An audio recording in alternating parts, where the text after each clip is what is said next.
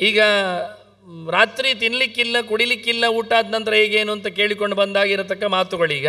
ಮೊದಲನೇ ಗೆರೆ, ಅಪೇಯಂ ಹಿ ಸದಾ ತೋಯಂ ರಾತ್ರೌ ಮಧ್ಯಮಯಾಮಯೋಹೋ. ಮಧ್ಯಯಾಮಗಳಲ್ಲಿ, ಮಧ್ಯಯಾಮ ಅಂದರೆ ರಾತ್ರಿ ಶುರುವಾಗಿ 3 ಗಂಟೆವರೆಗೆ ರಾತ್ರಿ ಅಂತ ಅರ್ಥ, ಸೂರ್ಯಾಸ್ತ ಆಗಿ, ಮತ್ತು ಮಹಾನಿಶಾ ಅಂತ ಅರ್ಥ, ಮಧ್ಯರಾತ್ರಿ ಅಂತ.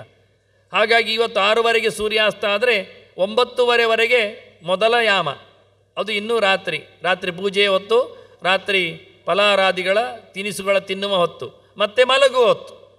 ಮತ್ತು 9ವರೆಯಿಂದ ಬೆಳಿಗ್ಗೆ 3ವರೆವರೆಗೆ 6 ಗಂಟೆ, 2 ಯಾಮ, ಅದು ಮಧ್ಯರಾತ್ರಿ. ಮಧ್ಯರಾತ್ರಿಯಲ್ಲಿ ಏನು ಮಾಡಲಿಕ್ಕಿಲ್ಲ. ನಡು ಮಧ್ಯರಾತ್ರಿಯಲ್ಲಿ ಎದ್ದು ದೇವರ ಚಿಂತನೆ ಮಾಡಲಿಕ್ಕಷ್ಟೇ. ಆಚಾರ್ಯ ಮಧ್ವರು ಹೇಳ್ತಾರೆ, ಯಾಮಾತ್ ಪರದೇವಾತು ಸ್ವಪೇತ್ ಧ್ಯಾತ್ವಾ ಜನಾರ್ದನಂ. ರಾತ್ರಿಯ 1 ಯಾಮ ಕಳೆದ ನಂತರ ಮಲಗಲಿಕ್ಕೆ, ಅದಕ್ಕಿಂತ ಮೊದಲು ಮಲಗಲಿಕ್ಕಿಲ್ಲ. ಅದರ ನಂತರ ಮಲಗಬೇಕಾದ್ರೆ ಮೊದಲು ತಿಂದಿರಬೇಕಾಗ್ತದೆ. ತಿಂದ ತಕ್ಷಣ ಮಲಗುವುದಲ್ಲ, ಸ್ವಲ್ಪ ಟೈಮ್ ಕೊಡಬೇಕಾಗ್ತದೆ. ಆದ್ದರಿಂದ 9 ಗಂಟೆಗೆ ತಿನ್ನಲಿಕ್ಕೆ, 9ವರೆ ನಂತರ ಮಲಗಲಿಕ್ಕೆ, 3ವರೆ ನಂತರ ಏಳಲಿಕ್ಕೆ, ಮಧ್ಯ 6 ಗಂಟೆ ರಾತ್ರಿಯಲ್ಲಿ ಏನೂ ತಿನ್ನಲಿಕ್ಕಿಲ್ಲ, ಏನೂ ಕುಡಿಲಿಕ್ಕೂ ಇಲ್ಲ, ಸ್ನಾನವೂ ಮಾಡಲಿಕ್ಕಿಲ್ಲ. ಸ್ನಾನಂಚೈವನ ಕರ್ತವ್ಯಂ ತಥೈವ ಆಚಮನ ಕ್ರಿಯಾ, ಆಚಮನೆ ಮಾಡಲಿಕ್ಕೂ ಇಲ್ಲ. ಆಗ ಟೇಕಿಂಗ್ ಇಲ್ಲ. ರಾತ್ರಿ ಮಲಗುವ ಮುಂಚೆ ತೀರ್ಥ ತಗೊಂಡು ಮಲಗಿದರೆ ಬಾಯಿ ಮುಚ್ಚಿದ್ದು ಅಂತ ಅರ್ಥ. ಮರುದಿನ ಬೆಳಿಗ್ಗೆ ನಿರ್ಮಾಲ್ಯ ತೀರ್ಥ ಪ್ರಾಶನ ಆಗುವಾಗಲೇ ಒಳಗೆ ಹೋಗಲಿಕ್ಕೆ. ಹೀಗೆ ಆಚಮನೆಯನ್ನು ನಡುರಾತ್ರಿಯಲ್ಲಿ 6 ಗಂಟೆಯಲ್ಲಿ ಮಾಡಲಿಕ್ಕಿಲ್ಲ, ಸ್ನಾನ ಮಾಡಲಿಕ್ಕಿಲ್ಲ. ಆದರೆ ಆಚಾರ್ಯರು ಹೇಳಿದ್ದು ಸಾಯಂಕಾಲದಲ್ಲೇ ಸ್ನಾನ ಮಾಡಿ ಅಂತ. ಯಾಕೆ ಸೋಮಾರಿತನ ಬಿಟ್ಟು ಸಾಯಂಕಾಲ ತ್ವತಂತ್ರಿತ ಹೇಳಿದ್ದು ಅಂದರೆ, ಈ ಶ್ಲೋಕ ಅವರಿಗೆ ನೆನಪಿದೆ.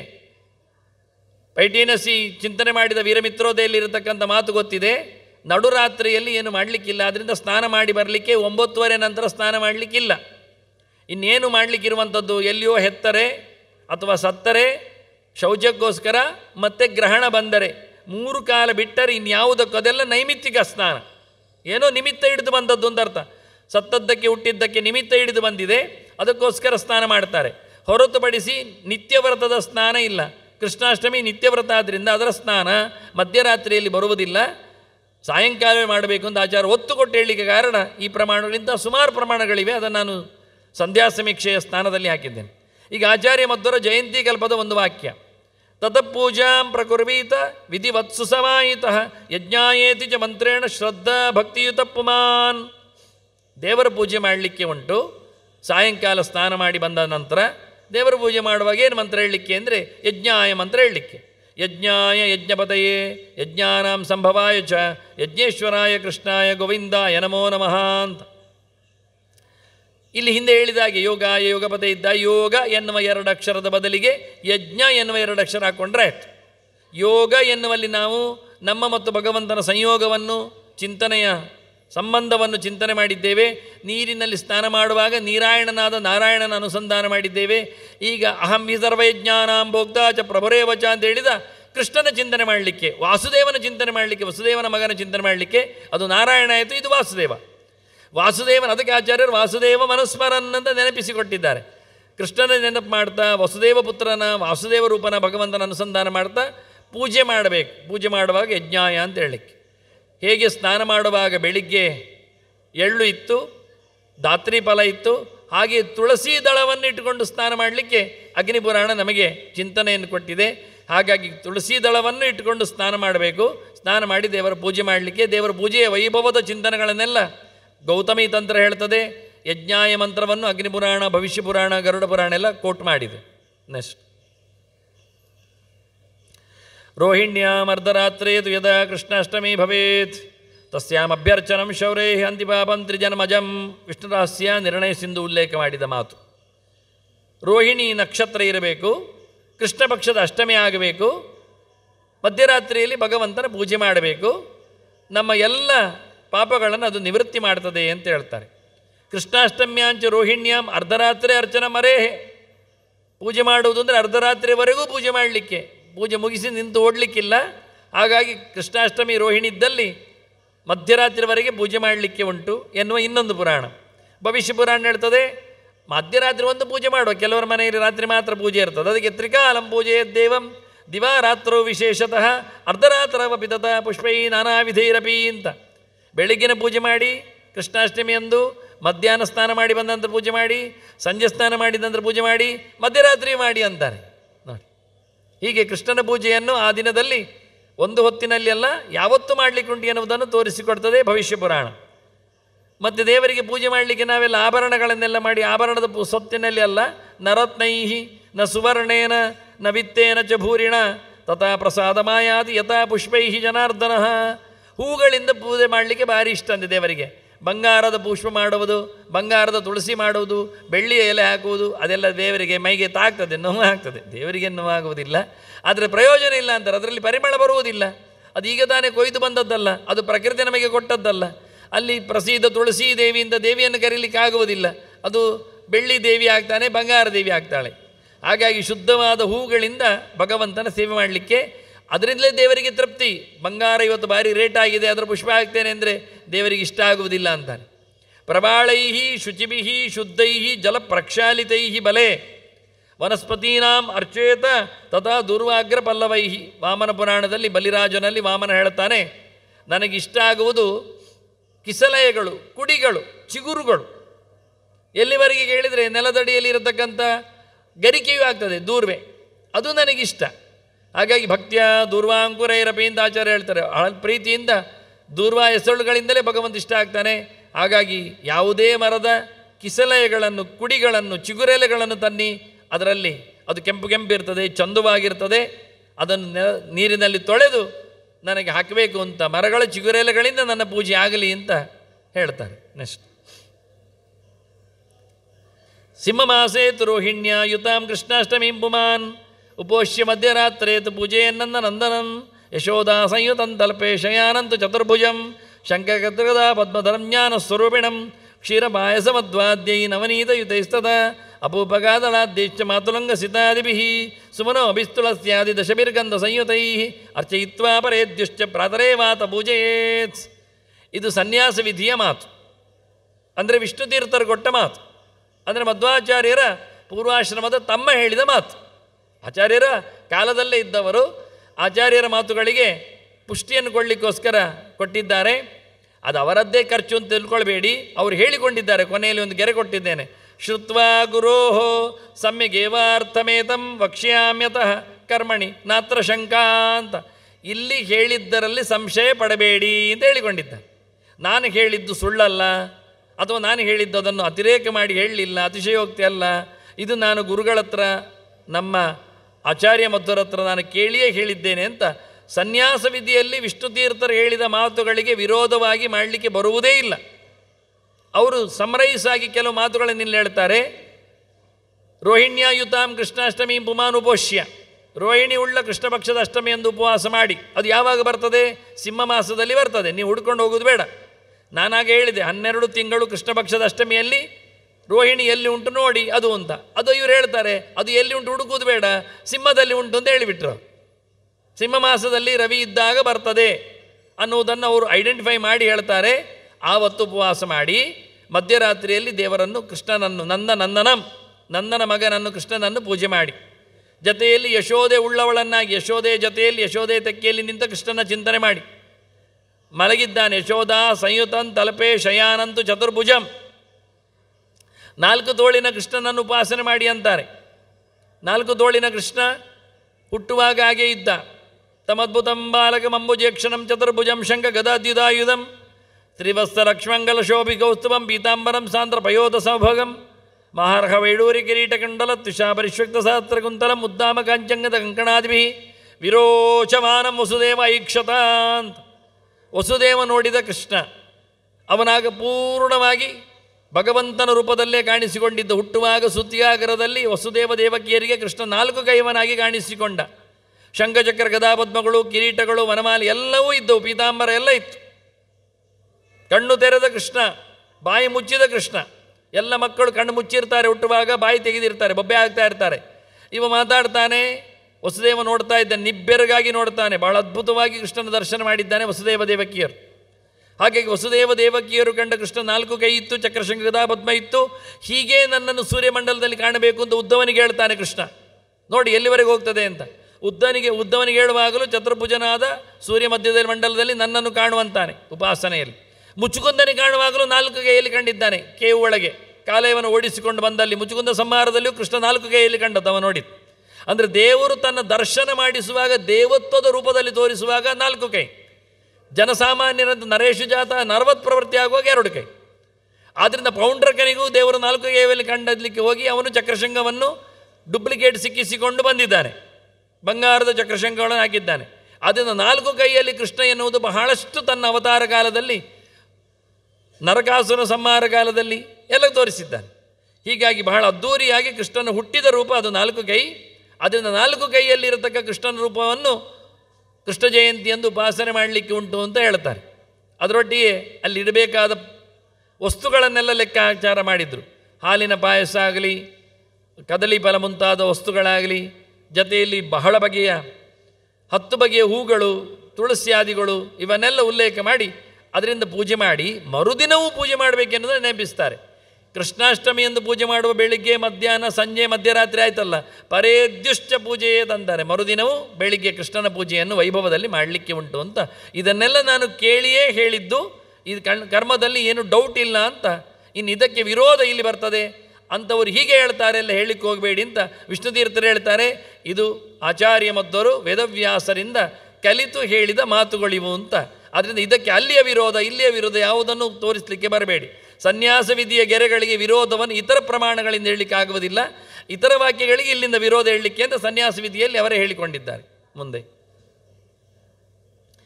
ಇಲ್ಲಿ ಯಾವತ್ತು ಪೂಜೆ ಮಾಡಲಿಕ್ಕೆ ದೇವರ 43 ನಾಮಗಳು ಇಲ್ಲಿವೆ. 43 ಎನ್ನುವುದು ಸೈಡಲ್ಲಿ ಕೊಟ್ಟಿದ್ದೇನೆ. ಅದು ಭ ಅಂದರೆ 4, ಗ ಅಂದರೆ 3, ಅಂದರೆ ಭಗವಂತನನ್ನು ಪೂಜೆ ಮಾಡುವ ಗುಣಗಳ ಚಿಂತನೆಗಳ 43 ರೂಪಗಳ ನಾಮಗಳು. ಅದು ಭವಿಷ್ಯ ಪುರಾಣ ಕೊಟ್ಟದ್ದು. ಇದು ಯಾರಲ್ಲಿ ಇಲ್ಲ ಕಲೆಕ್ಷನ್, ಅದಕ್ಕೋಸ್ಕರ ಕೊಟ್ಟಿದ್ದೇನೆ ಫಸ್ಟ್ ಟೈಮ್ ರಿವೀಲಿಂಗ್. ಅನಗಂ ವಾಮನಂ ಶೌರ್ಯಂ ವೈಕುಂಠಂ ಪುರುಷೋತ್ತಮ, ಇದು ಖಾಲಿ ಓದಲಿಕ್ಕೆ ಮಾತ್ರ ಪುರುಷೋತ್ತಿರುವುದು. ವಾಸುದೇವಂ ಋಷಿಕೇಶಂ ಮಾಧವಂ ಮಧುಸೂದನಂ, ಇವತ್ತೇ 43 ಓದಿಬಿಟ್ರೆ ನಾಳೆ ಅವನ ನೆನಪಾಗ್ತದೆ. ವಾರಾಹಂ ಪುಂಡರೀಕಾಕ್ಷಂ ನೃಸಿಂಹಂ ಬ್ರಾಹ್ಮಣ ಪ್ರಿಯಂ ದಾಮೋದರಂ ಪದ್ಮನಾಭಂ ಕೇಶವಂ ಗರುಡಧ್ವಜಂ ಗೋವಿಂದಮಚ್ಯುತಂ ಕೃಷ್ಣಂ ಅನಂತಮಪರಾಜಿತಂ ಅಧೋಕ್ಷಜಂ ಜಗದ್ಬೀಜಂ ಸೃಷ್ಟಿಸ್ತ್ಯಂತಂಧಕಾರಿಣಂ ಅಂತ ಒಂದು ಪಾಠದಲ್ಲಿದೆ, ಸರ್ಗಸ್ಥಿತ್ಯಂತಕಾರಿಣಂ ಅಂತ ಕೈಬರಹದ ಪಾಠದಲ್ಲಿದೆ. ಅನಾದಿನಿಧನಂ ವಿಷ್ಣುಂ ತ್ರಿಲೋಕೇಶಂ ತ್ರಿವಿಕ್ರಮಂ, ಅಲ್ಲಿಯೂ ಹಾಗೆ ತ್ರಿಲೋಕೇಶದ ಬದಲಿ ದೇವದೇವಂ ಇದೆ. ನಾರಾಯಣಂ ಚತುರ್ಬಾಹುಂ ಶಂಖಚಕ್ರಗದಾಧರಂ ಪೀತಾಂಬರಧರಂ ಸೌಮ್ಯಂ ವನಮಾಲಾ ವಿಭೂಷಿತಂ ಶ್ರೀವತ್ಸಾಂಗಂ ಜಗತ್ಸೇತುಂ, ಅಲ್ಲಿ ಸಾಗೆ ಶ್ರೀವತ್ಸವಕ್ಷಸಂ ಶ್ರೀಶಂ ಶ್ರೀಧರಂ ಶ್ರೀಪತಿಂ ಹರಿಂ ಉಪೇಂದ್ರಂ ದೇವಕೀಸೂನಂ ಪ್ರಣಮಾಮಿ ಜಗತ್ಪತಿಂ ನಾಮಾನ್ಯೇತಾನಿ ಸಂಕೀರ್ತ್ಯ ಪ್ರೀತ್ಯರ್ಥಂ ಪ್ರಾರ್ಥಯೇದ್ ಬುಧಃ. ಇಲ್ಲಿಗೇ ಹೇಳಿರತಕ್ಕಂಥ ಮಾತುಗಳು, ಅದನ್ನು ಕಲೆಕ್ಟ್ ಮಾಡಿ ಕೊಟ್ಟಿದ್ದೇನೆ. ಇವತ್ತಿನವರೆಗೆ ಅದು ಯಾರು ಹೇಳ್ತಾ ಇರಲಿಲ್ಲ, ಅದರಿಂದ ತೋರಿಸಿಕೊಟ್ಟೇನೆ ಅಷ್ಟು. ಮುಂದೆ ಇನ್ನು ವಾಮನ ನಾರದ ಪುರಾಣ ಹೇಳುವ 8 ನಾಮಗಳು, ಇದನ್ನಾದರೂ ನಾನು ಬ್ರಾಡ್ಕಾಸ್ಟ್ ಮಾಡಿದ್ದೇನೆ ಹೆಚ್ಚಾಗಿ. ಹಳತ್ತೆ ಇದು. ಕೃಷ್ಣಂಚ ವಸುದೇವಂಚ ವಾಸುದೇವಂಚ ದೇವಕೀ ನಂದನಂ ತಥಾ ನಾರಾಯಣಂ ಯದುಶ್ರೇಷ್ಠಂ ಆರ್ಷ್ಣೇಯಂ ಧರ್ಮಪಾಲಕಂ ಸುರಾಕ್ರಾಂತ ಭೂಭಾರ ಹರಿಣಂ ಅಂತ ಶ್ಲೋಕದಲ್ಲಿರುವುದು. ಇಲ್ಲಿ ನಮ್ಮ ಪ್ರಕಾರದಲ್ಲಿ ಆ ಶಬ್ದವನ್ನು ಹಾಕಿದ್ದೇನೆ. ಅಷ್ಟನಾಮಗಳಿಂದ ಅರ್ಚನೆ. ಮುಂದೆ 12 ನಾಮದಿಂದ ಅರ್ಚನೆ, ಅದು ಮಹಾಭಾರತ ಹೇಳ್ತದೆ. ಪ್ರಥಮಂತು ಹರಿಂ ವಂದ್ಯಂ, ದ್ವಿತೀಯಂ ಕೇಶವಂ ತದಾ, ತೃತೀಯಂ ಪದ್ಮನಾಭಂಚ, ಚತುರ್ಥಂ ವಾಮನಂ ತದಾ, ಪಂಚಮಂ ವೇದಗರ್ಭಂಚ, ಷಷ್ಠಂತು ಮಧುಸೂದನಂ, ಸಪ್ತಮಂ ವಾಸುದೇವಂಚ ವಾರಾಹಂ ಚಾಷ್ಟಮಂ ತದಾ, ನವಮಂ ಪುಂಡರೀಕಾಕ್ಷಂ, ದಶಮಂತು ಜನಾರ್ದನಂ, ಕೃಷ್ಣಂ ಏಕಾದಶಂ ಪ್ರೋಕ್ತಂ, ದ್ವಾದಶಂ ಶ್ರೀಧರಂ ತಥಾ ಅಂತ 12 ನಾಮಗಳು. ಇದು ಸ್ವಲ್ಪ ರ್ಯಾರ್ ಕೊಟ್ಟಿದ್ದೇನೆ. ಮುಂದೆ ಅಂಗಪೂಜೆ, ಇದು ವಿಶೇಷ. ಎಲ್ಲ ಜಯಂತಿಗಳಲ್ಲಿ ಕೊಟ್ಟಿದ್ದೇನೆ ಇದನ್ನು. ವಾಮನ ಪುರಾಣ ಹೇಳುವಂಥದ್ದು. ಚಕ್ರಪಾಣಯೇ ನಮಃ ಅಂತ ಭುಜೌ ಪೂಜಯಾಮಿ, ಭೂಪತಯೇ ನಮಃ ಕಂಠಂ ಪೂಜಯಾಮಿ, ಕೃಷ್ಣಾಯ ನಮಃ ಶಂಗಂ ಪೂಜಯಾಮಿ, ಕೃಷ್ಣಾಯ ನಮಃ ಚಕ್ರಂ ಪೂಜಯಾಮಿ, ಪುರುಷಾಯ ನಮಃ ಶಿರಃ ಪೂಜಯಾಮಿ. ಎಲ್ಲ ಶಾರ್ಟಾಗಿ ಮಾಡುವವರಿಗೆಲ್ಲ ಕೈ ಕಾಲು ಮೋರೆ ಎಲ್ಲ ನೋಡಿಕೊಳ್ಳಿಕ್ಕೋಸ್ಕರ ಪೂಜೇತಾತ ಕುಸುಮೈ ಪಾದಾದಾರಭ್ಯ ಕೇಶವಂ ಎರಣ್ಯರತ್ನವಾಸೋಭಿ ಪೂಜೇತ ಜಗದ್ಗುರುಂ ಅಂತ ದೇವರ ಅಂಗಪೂಜೆಯನ್ನು ಮಾಡಬೇಕು ಅಂತ ಪ್ರಮಾಣ ಇದೆ. ಅದಕ್ಕೋಸ್ಕರ ಪ್ರಮಾಣದ ಪ್ರಕಾರ ಅಂಗಪೂಜೆಯನ್ನು ಕಲೆಕ್ಟ್ ಮಾಡಿ ಕೊಟ್ಟಿದ್ದೇನೆ. ನೆಕ್ಸ್ಟ್ ಈಗ ಪುಷ್ಪವೇ ಇಲ್ಲಾದರೆ ಎಂತ ಮಾಡೋದು ಅಂತ. ಪುಷ್ಪಾಭಾವೇ ಪಿದೇಯಾನಿ ಪತ್ರಾಣಿ ಚ ಜನಾರ್ದನೆ, ಆಯಾ ಮರದ ಪತ್ರಗಳನ್ನಾದರೂ ಕೊಡಲಿಕ್ಕೆ ಬರ್ತದೆ. ನಮ್ಮ ಮನೆಯಲ್ಲಿ ಸಣ್ಣದಿರುವುದಪ್ಪ, ಏನು ಮಾಡೋದು, ಪಾರಿಜಾತ ಪುಷ್ಪ ಇಲ್ಲ, ಪಾರಿಜಾತ ಪತ್ರೆಯನ್ನು ಕೊಡಿ, ಮಲ್ಲಿಕಾ ಪತ್ರೆಯನ್ನೇ ಕೊಡಿ ಅಂತಾರೆ. ಹಾಗಾಗಿ ಜಾಜಿ ಪತ್ರಂ ಅಂತ ಪತ್ರ ಪೂಜೆ ಬರಲಿಕ್ಕೆ ಕಾರಣ, ಪುಷ್ಪ ಇಲ್ಲದೇ ಇದ್ದರೆ ಯಾರೊದ್ದ ಮನೆಯದ್ದು ಕಂಪೌಂಡಾರಿ ಕದ್ದುಕೊಂಡೆಲ್ಲ ಬರಬೇಡಿ ಅಂತ ಹೇಳ್ತಾರೆ. ನಿಮ್ಮ ಮನೆಯದ್ದೇ ಪತ್ರವನ್ನು ಕೊಟ್ಟರೆ ಆಗ್ತದೆ ಅಂತ. ಅದಕ್ಕೆ ಕಮ್ಮಿ, ದುಡ್ಡೇನಿಲ್ಲ ಹೆಚ್ಚು. ಇನ್ನು ಕೃಷ್ಣ ಬಿಂಬವೇ ಇಲ್ಲ ಎಂತ ಮಾಡೋದು. ನಮ್ಮ ಮನೆಯಲ್ಲಿ ಪ್ರತಿಮೆ ಇರುವುದು ನರಸಿಂಹದೇವರದ್ದು. ಕೆಲವರು ನರಸಿಂಹದೇವರ ಪೂಜೆ ಮಾಡ್ತಾರೆ, ಕೆಲವರು ರಾಮದೇವರ ಪೂಜೆ ಮಾಡ್ತಾರೆ. ಕೃಷ್ಣ ಪ್ರತಿಮೆ ಇಲ್ಲ ಆದರೆ ಎಂತ ಮಾಡೋದು ಕೇಳಿದರೆ, ಕೃಷ್ಣ ಬಿಂಬ ಸ್ಯಾಭಾವೇತ ಲಬ್ಧಬಿಂಬೆ ಸಮಾಚಾರ. ನಿಮ್ಮ ಮನೆಯಲ್ಲಿ ಏನು ಪ್ರತಿಮೆ ಉಂಟು ಅದರಲ್ಲೇ ಮಾಡಿ ಪೂಜೆ, ಅಲ್ಲೇ ಕೃಷ್ಣ ಇದ್ದಾನೆ, ಏನು ತಪ್ಪಾಗುವುದಿಲ್ಲ ಅಂತ. ಅದಕ್ಕೋಸ್ಕರ ಬೇರೆ ಎರವಲೋ ಎಲ್ಲಿಂದಲೋ ತರಲಿಕ್ಕೆ ಬೇಕಾಗಿಲ್ಲ ಅನ್ನುವುದಾಗಿ ಅನಿರುದ್ಧ ಸಂಹಿತೆ ಹೇಳ್ತದೆ. ಅಷ್ಟಮ್ಯಾಂ ಭಕ್ತಿಭಾವೇನ ಕೃಷ್ಣಂ ಸಂಪೂಜ್ಯಮಾನವಃ ವಿಧೂದಯೇ ಪ್ರದತ್ವಾದು ಅರ್ಘ್ಯಂ ಕೃಷ್ಣಾಯ ಮಂತ್ರತಃ. ಇನ್ನು ಕೃಷ್ಣನ ಪೂಜೆಯಲ್ಲಿ ವಿಶೇಷ ಏನು ಕೇಳಿದರೆ ಅರ್ಘ್ಯ ಕೊಡುವುದು. ಅದರ ಬಗ್ಗೆ ಮಾತಾಡ್ತಾ ಇದ್ದೇನೆ. ಅದು ಯಾವಾಗ ಕೊಡಲಿಕ್ಕೆ ಅರ್ಘ್ಯ ಅಂದರೆ ಇದೇ ನಮಗೆ ಸಿಕ್ಕಿ ಬೀಳುವಂಥದ್ದು. ಚಂದ್ರೋದಯದಲ್ಲಿ ಅರ್ಘ್ಯ ಕೊಡಲಿಕ್ಕೆ ಅಷ್ಟೊತ್ತು ಕಾಯಬೇಕು. ನಾಳಿನ ದಿನ ಚಂದ್ರೋದಯ ಆಗುವುದು 12 ಗಂಟೆ 12 ನಿಮಿಷಕ್ಕೆ. ಹಾಗಾಗಿ ಮಧ್ಯರಾತ್ರಿಯಲ್ಲಿ 12 ಗಂಟೆ ಕಳೆದು 12 ನಿಮಿಷ ಆದಾಗ ಅರ್ಘ್ಯ ಕೊಡಲಿಕ್ಕೆ ಬರ್ತದೆ. ಚಂದ್ರೋದಯ ಆಗುವಾಗ ಅರ್ಘ್ಯೆಯನ್ನು ಅಷ್ಟಮಿಯಂದು ಕೊಡಬೇಕು. ಸ್ವಗೃಹೇತು ಶುಚೌ ದೇಶೇ ಮಂಟಪಂ ಕಾರಯೇತ್ ಬುಧಃ. ಶೇಷ ಸಂಹಿತೆ ಹೇಳ್ತದೆ, ಮನೆಯಲ್ಲಿ ಚಂದವಾದ ಒಂದು ಮಂಟಪ ಮಾಡಿಕೊಳ್ಳಿ, ಮಂಟಪದಲ್ಲಿ ಕೃಷ್ಣ ಪೂಜೆ ಮಾಡಿ ಅಂತ. ಎಲ್ಲಿಯೋ ಒಂದು ಚಪ್ಪಲಿ ಸ್ಟ್ಯಾಂಡ್ ತಪ್ಪಿಸುವಲ್ಲಿ ಎಲ್ಲ ಕೃಷ್ಣ ಪೂಜೆಗೆಲ್ಲ ಓಡಬೇಡಿ, ಅಥವಾ ಒಂದು ಮಲಗೋ ಕೋಣೆಯಲ್ಲಿ ಒಂದು ಬದಿಯಲ್ಲಿ ಎಲ್ಲ ಮಾಡಿಕೊಳ್ಳಬೇಡಿ. ಒಂದು ಚಂದವಾದ ಒಂದು ಮಂಟಪ ಮಾಡಿ ಹಾಲಿನಲ್ಲಿ ಮಾಡಿ ಕೃಷ್ಣನ ಪೂಜೆ ಮಾಡಿ. ದೇವರ ಕೋಣೆ ಇದ್ದರೆ ಒಳ್ಳೆಯದಲ್ವ. ಇಲ್ಲಾದರೆ ಅದು ಕೆಲವರು ಇಂಜಿನಿಯರ್ ಪ್ಲಾನಿಂಗ್ಗಳಲ್ಲಿ ವೇಸ್ಟ್ ಅಂತೇಳಿ ಮಾಡುವುದಿಲ್ಲ ಅವರು. ಹಾಗೆ ಡಬಲ್ ಬೆಡ್ರೂಮ್ ಎಲ್ಲ ಮಾಡ್ತಾರೆ, ದೇವರ ಕೋಣೆಯನ್ನು ಮಾಡುವುದಿಲ್ಲ. ಹಾಗಾಗಿ ನಾನು ಹೇಳಿದೆ, ಹಾಲಿನಲ್ಲೇ ತಂದು ಮಂಟಪವನ್ನಾಗಿ ಕೃಷ್ಣ ಪೂಜೆಯನ್ನು ಮಾಡಲಿಕ್ಕೇನು ಅಡ್ಡಿ ಇಲ್ಲ, ಬೇಸರ ಆಗುವುದಿಲ್ಲ. ಚಂದ್ರೋದಯೇ ತಥಾ ಕೃಷ್ಣಂ ಸ್ಮರನ್ ಮಂತ್ರ ಮತಾಬ್ಜಜ ವಿವಿಧೈ ಪಾಯಸೈ ಭಕ್ಷೈ ಫಲಮೂಲೈಶ್ಚ ಲಾಜಕೈ ಷೋಡಶೈರುಪಚಾರೈಶ್ಚ ಪರಿವಾರೈ ಸುಪೂಜಯೇತ್ ಸಮ್ಯಕ್ ತತ್ ಕೃಷ್ಣ ಗಾಯತ್ರಿಯ ದದ್ಯಾದರ್ಘ್ಯತ್ರಯಂ ಸ್ಮರನ್. ಕೃಷ್ಣ ಗಾಯತ್ರಿಯಿಂದ ತ್ರೈಲೋಕ್ಯ ಮೋಹನಾಯ ವಿದ್ಮಹೆ ಅಂತ ಹೇಳಿಕೊಂಡು ಕೃಷ್ಣ ಗಾಯತ್ರಿ ಬೇರೆ ಇದೆ, ಆ ಮಂತ್ರ ಹೇಳ್ತದೆ. ಆ ಗಾಯತ್ರಿಯಿಂದ ಅರ್ಘ್ಯ ಕೊಡಿ ಅಂತ ವೇದೋಕ್ತವಾದ ಪೂಜೆಯಲ್ಲಿ ಅದು ಚಿಂತನೆ ಮಾಡ್ತದೆ. ಬೇರೆ ಸಂಹಿತಾಗಳು ಅರ್ಘ್ಯ ಮಂತ್ರವನ್ನು ಹೇಳಿದ್ದನ್ನು ಮುಂದೆ ನಾನು ಕೊಟ್ಟಿದ್ದೇನೆ. ನೆಕ್ಸ್ಟ್ ಜಾತಕಂಸವದಾರ್ಥಾಯ ಭೂಭಾರೋತ್ತರಣಾಯ ಚ ಕೌರವಾನಾಮಿನಾಶಾಯ ದೈತ್ಯಾನಾಂ ನಿಧನಾಯ ಚ ಪಾಂಡವಾನಾಮಿತಾರ್ಥಾಯ ಧರ್ಮ ಸಂಸ್ಥಾಪನಾಯ ಚ ಗ್ರಹಣಾರ್ಘ್ಯಮಯ ದತ್ತಂ ದೇವಕ್ಯ ಸಹಿತೋ ಹರೇ ಅಂತ ಆ ಮಂತ್ರ ಇದೆ. ಶ್ರೀಕೃಷ್ಣ ಸಂಹಿತೆ ಅದು ಮುಂದೆ ಕೊಟ್ಟಿದ್ದೇನೆ. ಆ ಮಂತ್ರ ಹೇಳಿದರೆ ಏನಾಗ್ತದೆ, ಅದು ಹೇಳಿ ಕೊಡಬೇಕೆನ್ನುವುದಕ್ಕೆ ಮಾತು. ಇತಿ ಕೃಷ್ಣಾರ್ಘ್ಯದಾನೇನ ರಾಜ ರಾಷ್ಟ್ರಾಭಿವೃದ್ಧಿದಂ. ಊರು ಬೆಳಗುತ್ತದೆ, ಸರ್ವ ಸಂಪತ್ಕರಂ ಚೈವ ಸರ್ವಲೋಕ ಹಿತಾರ್ಥಕೃತ, ಎಲ್ಲ ಲೋಕಕ್ಕೆ ಒಳ್ಳೆಯದಾಗ್ತದೆ ಎಂದು ಈಶ್ವರ ಸಂಹಿತೆ ಹೇಳ್ತದೆ. ಇದೇ ಮಂತ್ರ ಹೇಳಬೇಕೆನ್ನುವುದಕ್ಕೂ ಒಂದು ಮಾತು ನನ್ನದು. ಯಾಕೆ ಈ ಮಾತಿನಲ್ಲಿ ಕೊಡಬೇಕು, ಅರ್ಘ್ಯ ಕೊಟ್ಟರೆ ಆಯ್ತಲ್ಲ ಅಂತ ಹೇಳಿದರೆ, ಅಲ್ಲಪ್ಪ ಈ ಮಾತನ್ನೇ ಹೇಳಲಿಕ್ಕೆ ಉಂಟು ಅಂತ ಇನ್ನೊಂದು ಮಾತು ಈಶ್ವರ ಸಂಹಿತೆ ಕೋಟ್ ಮಾಡಿದೆ. ಕೃಷ್ಣಾಯ ಪರಯಾ ಭಕ್ತ್ಯ ಶಂಕೆ ಕೃತ್ವ ವಿಧಾನತಃ ಜಾತಕಂಸ ವದಾರ್ಥಾಯ ಭೂಭಾರ ಹರಣಾಯ ಚ. ಇಲ್ಲಿ ಪಾಠದಲ್ಲಿ ಭೂಭಾರೋತ್ತಾರಣ ಇಲ್ಲ, ಭೂಭಾರ ಹರಣಾಯ ಚ ಇದೆ. ಪುಷ್ಕರಾಕ್ಷ ನಿಮಗ್ನೋಹಂ ಮಹತ್ಯಜ್ಞಾನ ಸಂಗರೇ ತ್ರಾಹಿ ಮಾಂ ದೇವದೇವೇಶ ಮಹಾ ಸಂಸಾರ ಸಾಗರಾತ್ ಎನ್ನುವುದಾಗಿ ಭವಿಷ್ಯೋತ್ತರದಲ್ಲಿ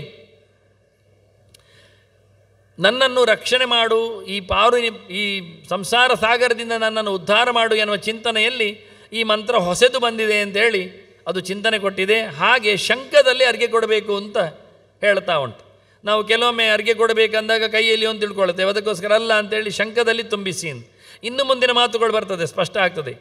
ದಾಸ್ಯಂತಿಯೇ ನಿಶೀತೇರ್ಘ್ಯಂ ರೋಹಿಣ್ಯ ಸಹಿತೇ ವಿಧೌ ಸುವರ್ಣೇನ ಕೃತೆ ಪಾತ್ರೆ ರಾಜತೆ ವಾನರೋತ್ತಮ. ಅರ್ಘ್ಯವನ್ನು ಎಲ್ಲಿ ಕೊಡುವುದು ಕೇಳಿದರೆ ನೆಲದಲ್ಲಿ ಅಲ್ಲ, ಮತ್ತೆ ಬಂಗಾರದ ತಟ್ಟೆಯಲ್ಲಿ ಕೊಡಲಿಕ್ಕೆ ಅದು ಕಷ್ಟ.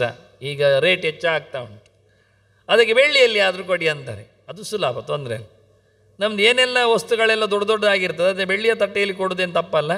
ನನ್ನದು ಇವತ್ತು ಅಡ್ವರ್ಟೈಸ್ಮೆಂಟ್ ಆದ್ದರಿಂದ ಬಹಳಷ್ಟು ಬೆಳ್ಳಿ ಅಂಗಡಿಗಳಿಗೆ ವ್ಯಾಪಾರ ಆಗ್ಬೋದು. ಇಲ್ಲದವ್ರು ಕೂಡಲೇ ಒಂದು ತೊಗೊಂಡು ಹೋಗ್ತಾರೆ, ಒಂದು ಸಣ್ಣ ತಟ್ಟೆ ಆದರೆ ಬೆಳ್ಳಿ ಅರ್ಘ್ಯ ದೇವರಿಗೆ ಕೊಡಲಿಕ್ಕೆ. ರಾಜದೇವ ದಾಸ್ಯಂತಿಯೇ ನಿಷೇಧೆ ಅರ್ಘ್ಯಂ. ಮಧ್ಯರಾತ್ರಿಯಲ್ಲಿ ಅರ್ಘ್ಯವನ್ನು ಕೊಟ್ಟರೆ, ಅದು ರೋಹಿಣಿ ಇದ್ದಾಗ ಆ ತಿಥಿಯಲ್ಲಿ ಅರ್ಘ್ಯ ಕೊಟ್ಟರೆ ಅವನು ಖಂಡಿತವಾಗಿ ಉದ್ಧಾರನಾಗ್ತಾನೆ ಅಂತೇಳಿ ಅಗ್ನಿಪುರಾಣ ಚಿಂತನೆ ಕೊಟ್ಟಿದೆ. ಅದು ಪುರುಷಾರ್ಥ ಚಿಂತಾಮಣಿಯಲ್ಲಿ ಹೇಳಿದ ಮಾತು. ನೆಕ್ಸ್ಟ್ ಪೂಜೆಯ ಪ್ರಕ್ರಿಯೆಯನ್ನು ಬ್ರಹ್ಮವೈವರ್ತ ಹೇಳಿದ್ದನ್ನು ಇಲ್ಲಿ ಒಟ್ಟು ಸಂಗ್ರಹ ಮಾಡಿದ್ದೇನೆ. ಬ್ರಾಹ್ಮೇ ಮುಹೂರ್ತೆ ಚೋತ್ಥಾಯ, ಬೆಳಿಗ್ಗೆ ಬೇಗ ಹೇಳಲಿಕ್ಕೆ. ಪ್ರಾತಃ ಕೃತ್ಯಂ ವಿದಾಯ ಚ, ಮುಗಿಸಿ. ನಿತ್ಯಕೃತ್ಯಂ ವಿದಾಯ ಅಂತ ಜಪ ಮಾಡಿ. ತದ ಸ್ನಾನಂ ಅಂದರೆ ನಿತ್ಯಕೃತ್ಯ ಎಲ್ಲ ಮುಗಿಸಿ. ತದ ಸ್ನಾನಂ ಸಮಾಚರೇತ್. ವ್ರತೋಪವಾಸಂ ಸಂಕಲ್ಪ್ಯ ಶ್ರೀಕೃಷ್ಣ ಪ್ರೀತಿಪೂರ್ವಕಂ ಕೃತ್ವಾ ಸಂಧ್ಯಾಂ ತರ್ಪಣಂಚ ವಿಧಾಯ ಆನ್ನಿಕಮಾಚರೇತ್. ನಿತ್ಯಪೂಜಾಂ ದಿನೇ ಕೃತ್ವಾ ವ್ರತದ್ರವ್ಯಂ ಸಮಾಚರೇತ್. ಕೃತ್ವಾ ಷೋಡಶೋಪಚಾರಂ ಪ್ರದೃಷ್ಟಂ ವಿಧಿಬೋಧಿತಂ. ಆಸನಂ ವಸನಂ ಪಾದ್ಯಂ ಅರ್ಘ್ಯಂ ಪುಷ್ಪಾನುಲೇಪನಂ ಧೂಪಂ ದೀಪಂಚ ನೈವೇದ್ಯಂ ಯಜ್ಞಸೂತ್ರಂಚ ಭೂಷಣಂ. ನೋಡಿ, ಯಜ್ಞಸೂತ್ರ ಎನ್ನುವುದೊಂದು ವಿಶೇಷ. ಮಗು ಹುಟ್ಟಿದೆ, ಅದಕ್ಕೆ ಉಪನಯನ ಆಗಲಿಲ್ಲ, ಅದರಿಂದ ಉಪವೀತ ಬೇಡ ಹೇಳಬೇಡಿ, ಉಪವೀತಂ ಸಮರ್ಪಯಾಮಿ ಅಂತ ಉಂಟು. ಆಚಾರ್ಯರು ಎತ್ತಿ ಹಿಡಿದಿದ್ದಾರೆ ಅದನ್ನು, ಉಪಚಾರವನ್ನು. ಕೃಷ್ಣನಿಗೆ, ಉಡುಪಿಯ ಕೃಷ್ಣನಿಗೆ ಪ್ರತಿನಿತ್ಯ ಹೊಸದಾಗಿ ಎರಡೆರಡು ಎಳೆ ಉಪವೀತ ನಿತ್ಯ ಸಮರ್ಪಣೆ ಆಗ್ತದೆ. ಗಂಧಂ ಸ್ನಾನೀಯತಾಂಬೂಲೆ ಮಧುಬರ್ಕಂ ಪುನರ್ಜನಂ ಏತಾನ್ಯಾಹೃತ್ಯ ದಿವಸೆ ವ್ರತ ನಕ್ತಂ ಸಮಾಚರೇತಂದ ಬ್ರಹ್ಮವ್ಯರ್ಥ. ರಾತ್ರಿ ಪುನಃ ಇದೇ ರೀತಿಯಾಗಿ ವ್ರತದ ನಿಯಮದಲ್ಲಿ ಪೂಜೆ ಪುನಸ್ಕಾರ ಮಾಡಲಿಕ್ಕೆ ಉಂಟು ಅಂತ ಹೇಳ್ತದೆ. ಮುಂದೆ ಉಪವಿಶ್ಯಾಸನೆ ಭೂತೋ ಧೃತ್ವಾ ಧೌತೆ ಚ ವಾಸಸಿ ಆಚಮ್ಯ ಶ್ರೀ ಹರಿಂ ನತ್ವಾ ಸ್ವಸ್ತಿವಾಚನಮಾಚರೇತ್. ಗಣೇಶ್ವರಂ ದಿನಕರಂ ವನ್ನಿಂ ವಿಷ್ಣುಂ ಶಿವಂ ಶಿವಾಂ ಸಂಪೂಜ್ಯೈತಾನ್ ಪ್ರಣಮ್ಯಾತ ವ್ರತಂ ಕುರ್ಯಾತರಿಂ ಸ್ಮರನ್. ವ್ರತ ಮಾಡುವವ ಗಣಪತೇ ನಮಃ, ಸೂರ್ಯಾಯ ನಮಃ, ಅಗ್ನಯೇ ನಮಃ, ವಿಷ್ಣವೇ ನಮಃ, ಶಿವಾಯಿ ನಮಃ, ಶಿವಾಯ ನಮಃ ಅಂತ ಇವರಿಗೆ ನಮಸ್ಕಾರ ಮಾಡಿಕೊಳ್ಬೇಕು. ಯಾಕೆಂದರೆ ಇವರೆಲ್ಲ ವ್ರತ ಮಾಡಿದವರು, ವ್ರತ ಮಾಡಿಸುವವರು ಒಂದಲ್ಲ ಒಂದು ಪ್ರಕಾರದಲ್ಲಿ. ಮಾಡದಿದ್ದರೆ ಅವರು ವಿಘ್ನ ಕೊಟ್ಟಾರು. ಆದ್ದರಿಂದ ನಾರಾಧ್ಯ ದೇವಷಟ್ ಕಂಚ ಯದಿ ಕರ್ಮ ಸಮಾಚರೇತ್ ನಿತ್ಯನ್ನೈಮಿತ್ತಿಕಂಚಾಭಿ ತತ್ಸರ್ವಂ ನಿಷ್ಫಲಂ ಭವೇತ್. ಇವರ ಚಿಂತನೆ ಮಾಡದೆ ಒಳ್ಳೆ ಕೆಲಸ ಮಾಡಲಿಕ್ಕೆ ಹೋದರೆ ಅದು ಹಾಳಾಗ್ತದೆ ಅಂತ ಹೇಳ್ತಾರೆ. ಪುಷ್ಪಂಚ ಶಿರಸಿನ್ಯಸ್ಯ ಪುನರ್ಧ್ಯಾನಂ ಸಮಾಚರೇದ್ಯಾತ್ವಾನೇನ ತಮಾವಾಕ್ಯ ಚೋಪಚಾರಾಣಿ ಷೋಡಶ ದತ್ವಾ ಸಂಪೂಜೇದ್ ಭಕ್ತ್ಯ ಮಂತ್ರೇನೈತಶ್ಚ ನಾರದ ಇದಮರ್ಘ್ಯಂ ಪವಿತ್ರಂಚ ಶಂಕತೋಯ ಸಮನ್ವಿತಂ ಪುಷ್ಪದೂರ್ವಾಚನ ಚಂದನಾಕ್ತಂ ಗೃಹ್ಯತಾಂ ಭಕ್ತವತ್ಸಲ. ಅರ್ಗೆ ಕೊಡುವ ವಸ್ತುವಿನಲ್ಲಿ ಪುಷ್ಪ ಹಾಕಿರಬೇಕು, ದೂರ್ವೆ ಹಾಕಿರಬೇಕು. ಯಾಕೆಂದರೆ ಸರ್ವ ಪುಷ್ಪಮಯಿ ದೂರ್ವ ಅಂತ ಎಲ್ಲ ಹೂಗಳ ರೆಪ್ರೆಸೆಂಟೇಟಿವ್ ಆಗಿ ಗರಿಕೆ ಹಾಕಲಿಕ್ಕೆ, ಅದರೊಟ್ಟಿಗೆ ಗಂಧ ಇವನ್ನೆಲ್ಲ ಹಾಕಿ ಅರ್ಗೆಯನ್ನು ಕೊಡಲಿಕ್ಕೆ. ನೆಕ್ಸ್ಟ್ ವ್ರತಮೂರ್ತಿಂ ಜಗದ್ಭೂತಿಂ ಮಂಡಲೇ ಸರ್ವಸಿದ್ಧೇ ಆವಾಹೇ ನಮಸ್ತುಭ್ಯಂ ಸನ್ನಿಧೋ ಭವಕೇಶವ. 4 ಕೈಯ ಕೃಷ್ಣನ ಚಿಂತನೆಯನ್ನು ಗಂಜೀಫ ಅವರು ಕೊಟ್ಟದ್ದನ್ನಿಲ್ಲಿ ಇಟ್ಟಿದ್ದೇನೆ. ಮನಸಾ ಕಲ್ಪಿತೈ ಭಕ್ತ್ಯ ಪಂಚಗವ್ಯೈ ಜಲೈ ಶುಭೈ ಪಂಚಾಮೃತೈ ಸ್ನಾಪಯಾಮಿ ತ್ವಮೇವ ಭವಪಾಪಃ. 6 ಗಂಟೆ ಟೈಮ್ ಉಂಟು ಹೇಳಿದ್ದಲ್ಲ, ಹಾಗಾಗಿ ಕೃಷ್ಣನಿಗೆ ಪಂಚಗವ್ಯದ ಅಭಿಷೇಕ ಅಂದರೆ ಶುದ್ಧ ಆಗಲಿಕ್ಕೆ. ಆನಂತರ ಪಂಚಾಮೃತ ನಮಗೆ ಗೊತ್ತುಂಟು, ಹಾಲು ಮೊಸರು ತುಪ್ಪ ಜೇನುತುಪ್ಪ ಎಲ್ಲ ಸೇರಿ. ಮತ್ತು ಅದನ್ನು ಬೆಲ್ಲ ಸಕ್ಕರೆ ಎಲ್ಲ ಹಾಕುವುದಲ್ಲ, ಇಕ್ಷುದಂಡ ರಸೋದ್ಭವ ಅಂತಾರೆ. ಕಬ್ಬಿನ ಕೋಲನ್ನೇ ಜಲ್ಲೆಯನ್ನೇ ಹಿಚುಕಿ ಜಜ್ಜಿ ತೆಗೆದು ರಸವನ್ನು ಅಭಿಷೇಕ ಮಾಡಲಿಕ್ಕೆ. ಗಂಧ ಪುಷ್ಪೋದಕೈ ಯುಕ್ತಂ ಅರ್ಘ್ಯಪತೆ ಶುಭಂ ಗೃಹಾಣ ಪಾದ್ಯಮಾಚಾಮ ಅರ್ಘ್ಯಾರ್ಹಂ ಕುರು ಮಾಂಸದ ವಸ್ತ್ರಂ ವಸ್ತ್ರಪದೇ ಪುಣ್ಯಂ ಗೃಹಾಣ ಕುರು ಮಾಂಸದ ಭೂಷಣಾದ್ಯೈ ಸುವಸ್ತ್ರಾದ್ಯೈ ಛಾದಿತಂ ವ್ರತ ಸತ್ಪದೇ ಅಂತ ವ್ರತಸ್ವಾಮಿಗೆ ಎಲ್ಲವನ್ನು ಸಮರ್ಪಣೆ ಮಾಡಲಿಕ್ಕೆ ಉಂಟು. ಒಂದು ಉಪಚಾರದ ಮಾತುಗಳನ್ನೆಲ್ಲ ಇಲ್ಲಿ ಕಲೆ ಹಾಕಿದ್ದೇನೆ. ಮುಂದೆ ಸುಗಂಧಿಗಂಧಂ ವಿಮಲಂ ಗಂಧಮೂರ್ತೆ ಗೃಹಾಣಮೈ ಪಾಪಗಂಧ ವಿಹೀನಂ ಮಾಂ ಕುರುತ್ವಂ ಹಿ ಸುಗಂಧಿನಂ ಪುಷ್ಪಂ ಗೃಹಾಣ ಪುಷ್ಪಾದಿ ಪೂರ್ಣಂ ಮಾಂ ಕುರು ಸರ್ವದಾ ಪುಷ್ಪಗಂಧಂ ಸುವಿಮಲಂ ಆಯುರಾರೋಗ್ಯವೃದ್ಧಯೇ ದಶಾಂಗಂ ಗುಗ್ಗುಳುಗೃತಯುಕ್ತಂ ಧೂಪಂ ಗೃಹಾಣಮೈ ಸುಧೂಪಧೂಪಿತಂ ಮಾಂತಂ ಕುರು ಭೂಪಿತ ಸತ್ಪತೆ ದೀಪಂ ಊರ್ಧ್ವಶಿಖಂ ದೀಪ್ತಂ ಗೃಹಾಣ ಅಖಿಲ ಭಾಸಕಂ ದೀಪ್ತಮೂರ್ತಿ ಪ್ರಕಾಶಾಢ್ಯಂ ಸರ್ವತೋರ್ಧ್ವಗತಿಂ ಕುರು. ಗರುಡ ಪುರಾಣದಲ್ಲಿ ಉಳಿದ ಮಾತುಗಳೆಲ್ಲ ಧೂಪ ದೀಪ ಏನೆಲ್ಲ ಸೊತ್ತುಗಳಿವೆ ಅಂತ ನಿಮಗೆ ಶಬ್ದದಲ್ಲಿ ಗೊತ್ತಾಗಿದೆ. ಮುಂದೆ ಪೂಜೆಯಲ್ಲಿ ಕೃಷ್ಣನ ಪರಿವಾರವನ್ನು ಪೂಜೆ ಮಾಡಲಿಕ್ಕುಂಟು ಅಂತ ಜಯಂತಿ ಕಲ್ಪದ ಮಧ್ವಾಚಾರ್ಯ ವಾಕ್ಯದಲ್ಲಿ ಕೃಷ್ಣಂಚ ಬಲಭದ್ರಂಚ ವಸುದೇವಂಚ ದೇವಕೀಂ ನಂದಗೋಪಂ ಯಶೋದಾಂಚ ಸುಭದ್ರಾಂತತ್ರ ಪೂಜೆಯೇತ್ ಅಂತ ಹಿಂದೆ 2 ತಂದೆ ತಾಯಿಗಳನ್ನು ನೆನಪಿಸಿದ್ದೇನೆ, ಅಣ್ಣನನ್ನು ನೆನಪಿಸಿದ್ದೇನೆ. ಈಗ ಜೊತೆಯಲ್ಲಿ ತಂಗಿಯನ್ನು ನೆನಪಿಸ್ತಾ ಇದ್ದೇನೆ. ಸುಭದ್ರೆಯನ್ನು ಸಹ ತರಬೇಕು ಅಂತ ಆಚಾರ್ಯ ಮತ್ತರು ಚಿಂತನೆಯನ್ನು ಕೊಟ್ಟಿದ್ದಾರೆ. ಹಾಗಾಗಿ ಬಲರಾಮ ಹೇಗಿದ್ದಾನೆ ಎನ್ನುವುದಕ್ಕೆ ಒಂದು 2 ಗೆರೆ ಇಟ್ಟಿದ್ದೇನೆ ಇಲ್ಲಿ. ಯೋ ಹಲಿ ಮುಸಲಿ ಶ್ರೀಮಾನ್ ನೀಲಾಂಬರ ಧರಸಿತಃ, ಬಿಳಿ ಇದ್ದಾನೆ, ನೀಲಿ ಬಟ್ಟೆ ಹಾಕಿದ್ದಾನೆ, ಕೈಯಲ್ಲಿ ಹಲಮುಸಲು ಹಿಡಿದಿದ್ದಾನೆ ಅಂತ ಬಲರಾಮನಿಗೆ ರೋಹಿಣಿಯ ಮಗನಿಗೆ ರಾಮಾಯ ರೋಹಿಣಿಯಾಯ ತಸ್ಮೈ ಭೋಗಾತ್ಮನೇ ನಮಃ, ಅವನಿಗೆ ಹೆಡೆ ಇದೆ ಎನ್ನುವುದು ವಿಶೇಷ. ನಮಸ್ತೆ ದೇವದೇವೇಶ, ನಮಸ್ತೆ ಧರಣೀಧರ, ಅವನೇ ಶೇಷ ನೆಲ ಹೊತ್ತವ, ನಮಸ್ತೆ ಸರ್ವನಾಗೇಂದ್ರ, ನಮಸ್ತೆ ಕರುಣಾಕರ ಅಂತ ಬಲಭದ್ರನ ಚಿಂತನೆಯನ್ನು ಇವತ್ತಾದರೂ ಮಾಡಿಕೊಳ್ಳಿ. ಮುಂದೆ ಯಥಾಶೋಭಮಲಂಕೃತ್ಯ ಕೃಷ್ಣಂ ಯಾದವ ಪುಂಗವಂ ಬಲಭದ್ರೇಣ ಸಹಿತಂ ಅಥವಾ ಕೇವಲಂ ದ್ವಿಜ. ಮೂರ್ತಿಯಲ್ಲಿ ಬಲರಾಮ ಇದ್ದರೂ ಚಂದ, ಇಲ್ಲದಿದ್ದರೂ ಪರವಾಗಿಲ್ಲ ಅಂತಾರೆ. ನವನೀತಂಚ ಸುಬಹು ಹೇಮಪಾತ್ರೇ ನಿವೇದ್ಯ ಚ, ದೇವರಿಗೆ ಈಗ ತಾನೇ ಕಡೆದು ತೆಗೆದ ಬೆಣ್ಣೆಯನ್ನು ಸಮರ್ಪಿಸಲಿಕ್ಕೆ ಉಂಟು, ಅದನ್ನು ಬಂಗಾರದ ಪಾತ್ರೆಯಲ್ಲಿ ಕೊಡಲಿಕ್ಕೆ. ಮತ್ತು ಶುಂಠಿ ಚೂರ್ಣಂ ಶರ್ಕರೆಯ ಮೆಳಿತಂಚ ನಿವೇದಯೇತ್, ಸಮರ್ಪಣೆಗೆ ಶುಂಠಿಯ ಚೂರ್ಣವನ್ನು ಹುಡಿಯನ್ನು ಕೊಡಲಿಕ್ಕೆ ಉಂಟು. ಇವತ್ತೆಲ್ಲ ಕೆಲವರ ಮನೆಯಲ್ಲಿ ಮಾಡುವಾಗ ಶುಂಠಿ ಉಂಡೆ ಅಂತ ಒಂದು ಮಾಡ್ತಾರೆ, ಅದು ಯಶೋದೆಗೆ ಬಾಣಂತಿಗೆ ಅಂತ ಹೇಳಿಕೊಂಡು ಚಿಂತನೆಯಲ್ಲಿ, ನಿಜವಾಗಿ ಇದು ಕೃಷ್ಣನಿಗೆ, ಬಾಣಂತಿಗೆ ಅಲ್ಲ ಕೃಷ್ಣನಿಗೆ ಮಾಡುವಂಥದ್ದು.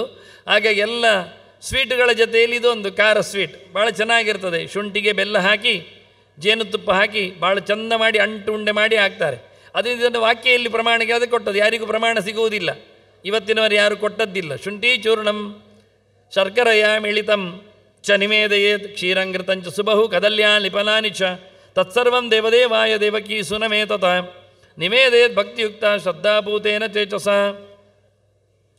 ಇಲ್ಲಿ ಒಂದು ವಿಶೇಷಾಂಶವನ್ನು ಕೊಡ್ತೇನೆ. ವಿಶ್ವಾಮಿತ್ರ ಸಂಹಿತೆ ಹೇಳಿತ್ತು, ಕೃಷ್ಣನಿಗೆ ಸಮರ್ಪಣೆ ಮಾಡಿದ ಆ ಸೊತ್ತು ಅದನ್ನು ಆವತ್ತು ಉಪವಾಸ ಮಾಡಿ ಉಳ್ಳ ಹೆಂಗಸರಿಗೆ ಪ್ರಾಶನಕ್ಕೆ ಮದ್ದು ಆಗಿ ಕೊಡಲಿಕ್ಕೆ ಬರ್ತದೆ ಅಂತ. ಇದು ಇವತ್ತಿನವರೆಗೆ ಯಾರು ಪ್ರಯೋಗವನ್ನು ರಿವೀಲ್ ಮಾಡಲಿಲ್ಲ. ಕ್ಷೀರ ನಿವೇದಿತಂ ತಸ್ಮೈ ತಸ್ಮಿನ್ ಕಾಲೇ ದ್ವಿಜೋತ್ತಮ ತಾವತ್ ಕಾಲಂ ಅನಶ್ನಂತ್ಯ ಅಷ್ಟವರೆಗೂ ಉಪವಾಸ ಮಾಡಿದ ಸ್ನಾತಾ ಶ್ರದ್ಧಾಯುತಾ ಸ್ತ್ರೀಯ ಪಿಬಂತಿ ಭಕ್ತಿ ಸಂಯುಕ್ತಾ ಅವರೊಂದೊಮ್ಮೆ ಪ್ರಾಶನ ಮಾಡಿದ್ದರೆ ಏನಾಗ್ತದೆ?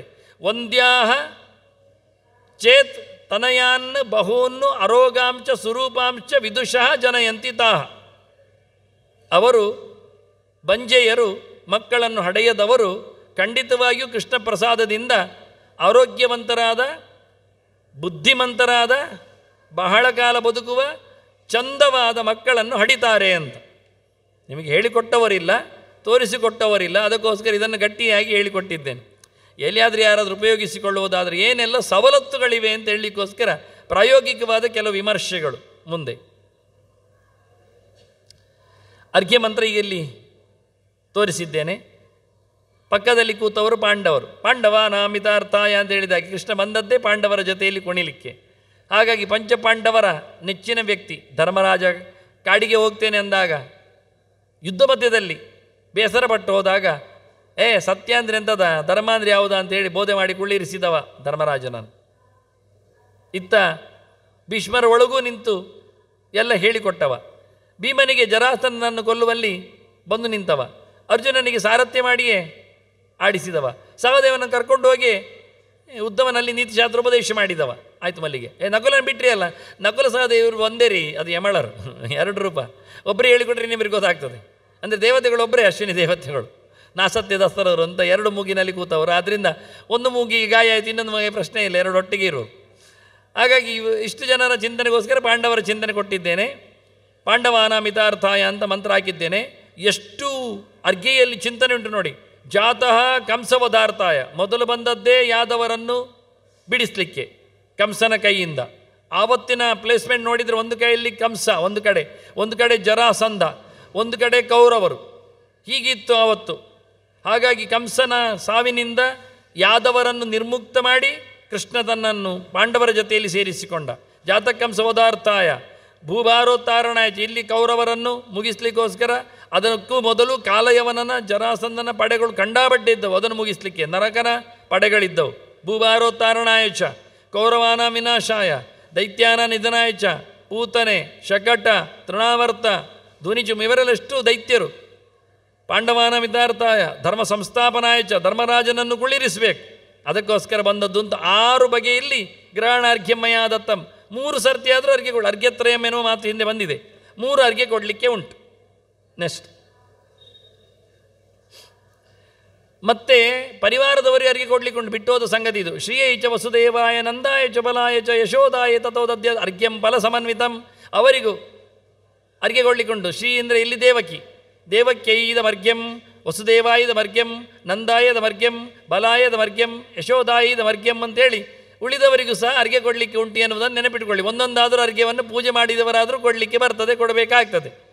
ಮತ್ತು ಚಂದ್ರೋದಯದಲ್ಲಿ ಕೃಷ್ಣನಿಗೆ ಕೊಟ್ಟಾಗಿ ಮುಂದೆ ಪರಿವಾರದವರಿಗೆ ಕೊಡಲಿಕ್ಕೆ ವಾಕ್ಯವನ್ನು ಶೇಷ ಸಂಹಿತೆ ಹೇಳ್ತದೆ. ಚಂದ್ರೋದಯ ತಥಾ ಕೃಷ್ಣಂ ಸ್ಮರಣ ಮಂತ್ರ ಮತಾಬ್ಜ ವಿವಿಧೈ ಪಾಯಸೈ ಭಕ್ಷೈ ಫಲಮೂಲೈಶ್ಚಲಾಚಕೈ ಷೋಡಶೈರುಪಚಾರೈಶ್ಚ ಪರಿವಾರೈ ಸುಪೂಜೆಯೇತ್, ಇವರನ್ನಿಟ್ಟುಕೊಂಡು ಪೂಜೆ ಮಾಡಲಿಕ್ಕೆ. ಸಮ್ಯಕ್ ತತ್ ಕೃಷ್ಣ ಗಾಯತ್ರಿ ಅರ್ಘ್ಯತ್ರಯಂ ಸ್ಮರನ್, 3 ಅರ್ಘ್ಯ ಕೊಡಲಿಕ್ಕೆ ಉಂಟು ಎನ್ನುವುದನ್ನು ಮತ್ತೊಮ್ಮೆ ನೆನಪಿಸಿದ್ದೇನೆ.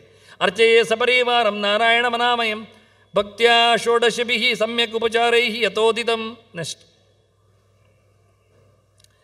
ಆವಾಯಿತಾಂಚ ದೇವಾಂಚ ಪ್ರತ್ಯೇಕಂ ಪೂಜೆಯದ್ವ್ರತಿ, ಇತರ ಪರಿವಾರ ಉಂಟು ನೋಡಿ ಇಲ್ಲಿ ಅಲ್ಲ. ತಾನಪೂಜ್ಯ ಭಕ್ತಿವಾ ಅವೇನ ದದ್ಯಾತ್ ಪುಷ್ಪಾಂಜಲಿತ್ರಯಂ ಸುನಂದ ನಂದ ಕುಮುದಾನ್, ದ್ವಾರಪಾಲಕರು ಬರ್ತಾರೆ. ಗೋಪಾನ್ ಗೋಪಿಶ್ಚ ರಾಧಿಕಾಂ, ರಾಧೆ ಇದ್ದಾಳೆ, ಗೋಪರು ಗೋಪಿಯರಿದ್ದಾರೆ. ಗಣೇಶಂ ಕಾರ್ತಿಕೇಯಂಚ ಬ್ರಹ್ಮಾಣಂಚ ಶಿವಂ ಶಿವಾಂ ಲಕ್ಷ್ಮೀಂ ಸರಸ್ವತೀಂಚ ಇವ ದಿಕ್ಪಾಲಾಂಚ ಗ್ರಹಾಂಸ್ತತ, ಎಲ್ಲ ದೊಡ್ಡವರಿಲ್ಲಿ ಸೇರಿ ಆಯಿತು ನೋಡಿ. ಬ್ರಹ್ಮ ಸರಸ್ವತಿ, ಗರುಡಶೇಷ ರುದ್ರರು, ಗಣಪತಿ ಷಣ್ಮುಖ ಇವರೆಲ್ಲ ಬಂದಿದ್ದಾರೆ. ಇನ್ನು ಲೋಕಪಾಲಕರು ಶೇಷಂ ಸುದರ್ಶನಂಚೈವ ಪಾರ್ಷದ ಪ್ರವರಾಂಸ್ತತ ಸಂಪೂಜ್ಯ ಸರ್ವದೇವಾಂಚ ಪ್ರಣಮ್ಯ ದಂಡವದ್ ಭುವಿ. ಬಹಳ ಅದ್ಭುತವಾಗಿ ಕೃಷ್ಣನ ಪರಿವಾರದವರ ಚಿಂತನೆ ಇಲ್ಲಿ ಕಲೆಯಾಗಿದೆ.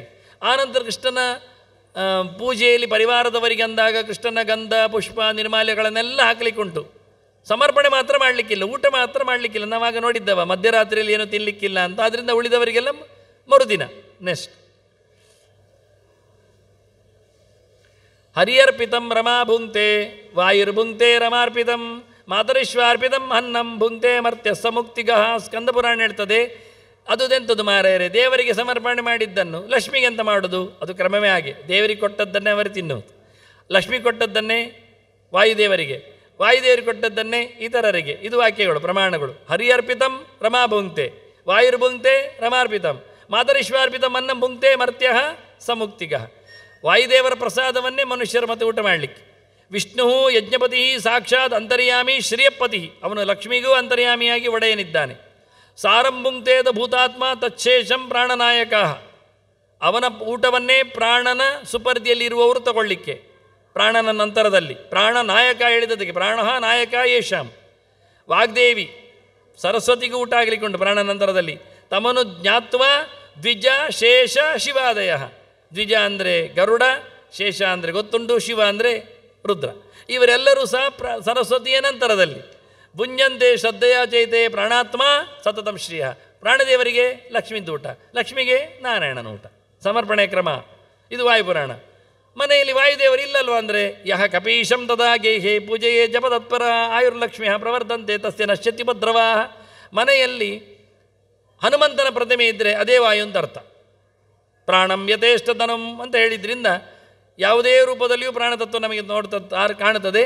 ಆದ್ದರಿಂದ ಹನುಮಂತನ ವಿಗ್ರಹವೇ ನಮಗೆ ಪ್ರಾಣನ ಪೂಜೆಯಲ್ಲಿ ಬರುವಂಥದ್ದು. ಆದ್ದರಿಂದ ವಾದಿರಾಜರು ಸಹ ಕೃಷ್ಣ ಮಠದಲ್ಲಿ ಪ್ರಾಣ ಪ್ರತೀಕವಾಗಿ ಹನುಮಂತನ ರೂಪವನ್ನೇ ಇಟ್ಟು ಅವನಿಗೇನೇ 2 ಯಜ್ಞೋಪವೀತವನ್ನು ಕೃಷ್ಣನ ಪ್ರಸಾದ ಹಾಕ್ತಾರೆ. ಅವನಿಗೇನೇ ಎಲ್ಲ ದಿನದ ಊಟವನ್ನು ಸಮರ್ಪಣೆ ಏಕಾದಶಿ ಬಿಟ್ಟು ಮಾಡಿಸ್ತಾರೆ. ದೇವಾನಾಂಚ ಋಷೀಣಾಂಚ ಪಿತೃಣಾಂಚ ವಿಶೇಷತಃ ಅನ್ನ ನದದ್ಯಾತ್ ಕೃಷ್ಣ ಹೇ ಭಗವಂತ ಮರಿಮ್ಮಿನ. ಏಕಾದಶಿಯಲ್ಲಿ ಯಾರಿಗೂ ಊಟ ಇಲ್ಲ ಕೃಷ್ಣನಿಗೆ ಬಿಟ್ಟು. ಊಟ ಇಲ್ಲ ಅಂದರೆ ಅದು ಗರ್ಭದಲ್ಲಿ ಅನ್ನ ಅಂತ ತಿಳ್ಕೊಳ್ಬೇಡಿ. ಅದ್ಯಮಾನಂತು ತತ್ಸರ್ವಂ ತದನ್ನಂ ಅಭಿಧೀಯತೆ ಅಂತ ದತ್ತಾತ್ರೇಯ ಸಂಹಿತೆ ಹೇಳ್ತದೆ. ತಿನ್ನುವಂಥದ್ದೆಲ್ಲ ಅನ್ನ ಅಂತ ಅರ್ಥ. ಇಟಬೆಲ್ ಅನ್ನುವ ಲೆಕ್ಕದಲ್ಲಿ ಅನ್ನ ಅಂದರೆ ಅದ್ಯತೆ ಅಂತ ಅರ್ಥ, ತಿನ್ನಲ್ಪಡುವಂಥದ್ದು. ಆದ್ದರಿಂದ ಹಣ್ಣು ಕೊಟ್ಟರೂ ಇಲ್ಲ. ಕೆಲವರು ಹೇಳೋದುಂಟು ಇವತ್ತು ಅನ್ನ ಮಾಡೋದಿಲ್ಲ, ತೆಂಗಿನಕಾಯಿ ಮಾತ್ರ ಒಡೆಯುವುದು ಅಂತ ಕೆಲವು ದೇವಸ್ಥಾನಗಳಲ್ಲಿ ಹೇಳಿಕೊಳ್ತಾರೆ. ಅದು 100ಕ್ಕೆ 100 ತಪ್ಪು. ದೇವರ ದೇವಸ್ಥಾನ ಕೃಷ್ಣನ, ನಾರಾಯಣನ, ವಿಷ್ಣುವಿನ ದೇವಸ್ಥಾನಗಳಲ್ಲಿ ಮಾತ್ರ ಸಮರ್ಪಣೆಗೆ ಅಡ್ಡಿ ಇಲ್ಲ. ಉಳಿದ ಕಡೆಯಲ್ಲಿ ಎಲ್ಲಿಯೂ ಸಹ ಯಾವುದೇ ರೀತಿಯಾದ ಸಮರ್ಪಣೆಯೂ ಯಾರಿಗೂ ಇಲ್ಲ. ಲಕ್ಷ್ಮಿಯಿಂದ ಹಿಡಿದು ಯಾರಿಗೂ ಸಹ ಏಕಾದಶಿಯಂದು ಕೃಷ್ಣ ಜನ್ಮಾಷ್ಟಮಿ ದಿನದಂದು ಪುಷ್ಪಾಲಂಕಾರ ವಸ್ತ್ರಗಳಾಗಲಿ, ಹಣ್ಣು ಕಾಯಿಗಳಾಗಲಿ, ಇತ್ಯಾದಿ ಸೇವೆಗಳಾಗಲಿ, ಪಂಚಾಮೃತಗಳಾಗಲಿ ನಡೆಯುವುದಿಲ್ಲ ಎನ್ನುವುದು ಪ್ರಮಾಣ ಸಿದ್ಧವಾದ ವಿಷಯಗಳು. ಮತ್ತು ಅಲ್ಲಿ ಮಾಡ್ತಾರೆ ಇಲ್ಲಿ ಮಾಡ್ತಾರೆ ಎಲ್ಲ ಹೇಳಲಿಕ್ಕೆ ಬರಬೇಡಿ. ತಪ್ಪು ಮಾಡ್ತಾರೆ ಎನ್ನುವುದನ್ನು ಕೇಳಿಕೊಳ್ಳಿ. ನೆಕ್ಸ್ಟ್, ಈಗ ಸಂಜೆ ಚಂದ್ರಾರ್ಘ್ಯ ಅಲ್ಲಿಗೆ ಆಯಿತು, ದೇವರ ಪೂಜೆ ಮುಗಿಯಿತು. ಹೊರಗೆ ಹೋಗಿ ಕೊಡಲಿಕ್ಕುಂಟು. ಅಷ್ಟಮ್ಯಾಂ ಭಕ್ತಿಭಾವೇನ ಕೃಷ್ಣಂ ಸಂಪೂಜ್ಯಮಾನವಃ ವಿದೂದಯೇ ಪ್ರದತ್ವಾತು ಅರ್ಘ್ಯಂ ಕೃಷ್ಣಾಯ ಮಂತ್ರತಃ ತತಶ್ಚಂದ್ರಾಯ ಅರ್ಘ್ಯಂತು ದತ್ವಾ ದೇವೀಂ ಪ್ರಪೂಜೆಯೇತ್ ಬಲಭದ್ರ ಸಮಾಯುಕ್ತಂ ಗೋಕುಲಂ ಪೂಜೆಯೇತ್ ತತಃ. ಹಾಗಾಗಿ ಗೋಕುಲದ ಪೂಜೆ, ಬಲರಾಮನ ಪೂಜೆ, ಚಂದ್ರನ ಪೂಜೆ ಎಲ್ಲ ಕೃಷ್ಣ ಪೂಜೆಯ ನಂತರದಲ್ಲಿ. ಚಂದ್ರ ಉದಯ ಆಗಿ ಕೃಷ್ಣ ಪೂಜೆಯಾದ ನಂತರ ಇದು. ಚಂದ್ರೋದಯ ಆಗಿ ಕೃಷ್ಣಾರ್ಘ್ಯ, ಆ ನಂತರ ಚಂದ್ರನಿಗೆ ಪೂಜೆ. ಚಂದ್ರನಿಗೆ ಮಾಡೋದು ಸುಧಾಚೂರ್ಣೈ ಅಲಂಕೃತ್ಯ ಚಂದ್ರಮಂಡಲ ಮಾಲಿಕೆಯೇತಂತ ಬಿಳಿಯ ರಂಗೋಲಿ ಹುಡಿಗಳಿಂದ ಚಂದ್ರಮಂಡಲವನ್ನು ಅಂಗಳದಲ್ಲಿ ಹಾಕಲಿಕ್ಕೆ ಉಂಟು. ಮುಂದಿನ ಪ್ರಮಾಣಗಳು ಹೇಳ್ತವೆ. ಗೋಮಯೇನೋಪಲಿಪ್ಯಾತ ವೃತ್ತಾಕಾರಂ ಸುಶೋಭನಂ, ಸೆಗಣಿ ಸಾರಿಸಿ ಅಂಗಳದಲ್ಲಿ ಸೂರ್ಯಮಂಡಲ ಮಾಡಲಿಕ್ಕೆ. ಸುಧಾಚೂರ್ಣೈರಲಂಕೃತ್ಯ ಗಂಧಪುಷ್ಪಾಕ್ಷತೈ ಫಲೈ ತನ್ಮಂಡಲೇ ರೋಹಿಣ್ಯಾಸ ಚಂದ್ರನ ಸಮರ್ಚೇತ್ ರೋಹಿಣಿ ಸಹಿತಾಯ ಚಂದ್ರಮಸೆ ತಸ್ಮೈ ನಮಸ್ಕುರ್ಯಾತ್ ಮಂತ್ರೇಣ ನಯನವೈದ್ವಿಜಾ. ಮುಂದೆ ಮಂತ್ರಗಳಿವೆ. ನೆಕ್ಸ್ಟ್, ಜ್ಯೋತ್ಸ್ನಾಪದೇ ನಮಸ್ತುಭ್ಯ ನಮಸ್ತೆ ಜ್ಯೋತಿಷಾಂಪದೇ ನಮಸ್ತೆ ರೋಹಿಣಿ ಕಾಂತ ಸುಧಾ ಕುಂಭ ನಮಸ್ತುತೆ. ಇದು ಚಂದ್ರನ ಚಿಂತನೆ. ಇತಿ ಚಂದ್ರನ ನಮಸ್ಕೃತ್ಯ ದದ್ಯಾದರ್ಘ್ಯಂ ತತಃಪರಂ ಶಂಕೇತೋಯಂ ಸಮಾಪೂರ್ಯ ಗೋಕ್ಷೀರೇಣ ವಿಮಿಶ್ರಿತಂ. ಹಾಲು ಬೇಕಲ್ಲಿ, ದನತ್ತು. ಶಂಖ ಬೇಕು. ಹಸ್ತಾಭ್ಯಾಂ ಶಂಖಮಾದಾಯ ಸಪುಷ್ಪ ಫಲಚಂದನಂ, ಅದರಲ್ಲಿ ಹೂ ಚಂದನ ಎಲ್ಲ ಹಾಕಲಿಕ್ಕೆ. ಜಾನುಭ್ಯಾಂ ಅವನಿಂಗತ್ವ ಸ್ಪೃಷ್ಟ, ಕಾಲುಗಂಟುಗಳನ್ನು ನೆಲದಲ್ಲಿ ಇಡಬೇಕು. ಚಂದ್ರಾಯಾರ್ಘ್ಯಂ ನಿವೇದೇತ್, ಹೀಗೆ ಕೂತು ಕೊಡಲಿಕ್ಕೆ. ಕ್ಷೀರೋದಾರಣವ ಸಂಭೂತ ಅತ್ರಿನೇತ್ರ ಸಮದ್ಭವ ಗ್ರಹಣಾರ್ಘ್ಯಂ ಮಯ ಶಶಾಂಕೇದೋ ರೋಹಿಣ್ಯಾ ಸಹಿತೋ ಮಮ ಇತಿ ಚಂದ್ರಾಯಾರ್ಘ್ಯದಾನಂ ಕೃಷ್ಣ ಸಂತೋಷ ಕಾರಣಂ. ಇದು ಈಶ್ವರ ಸಂಹಿತೆ ಮಾತು. ಹೀಗೆ ಹೇಳಿಕೊಟ್ಟರೆ ಖುಷಿಯಾಗ್ತದೆ ಕೃಷ್ಣನಿಗೆ ಅಂತ. ಚಂದ್ರೋದಯ ಶಶಾಂಕಾಯ ಅರ್ಘ್ಯಂ ದದ್ಯಾತ್ ಹರಿಂ ಸ್ಮರೇತ್ ಅಂತ ಭವಿಷ್ಯ ಪುರಾಣ.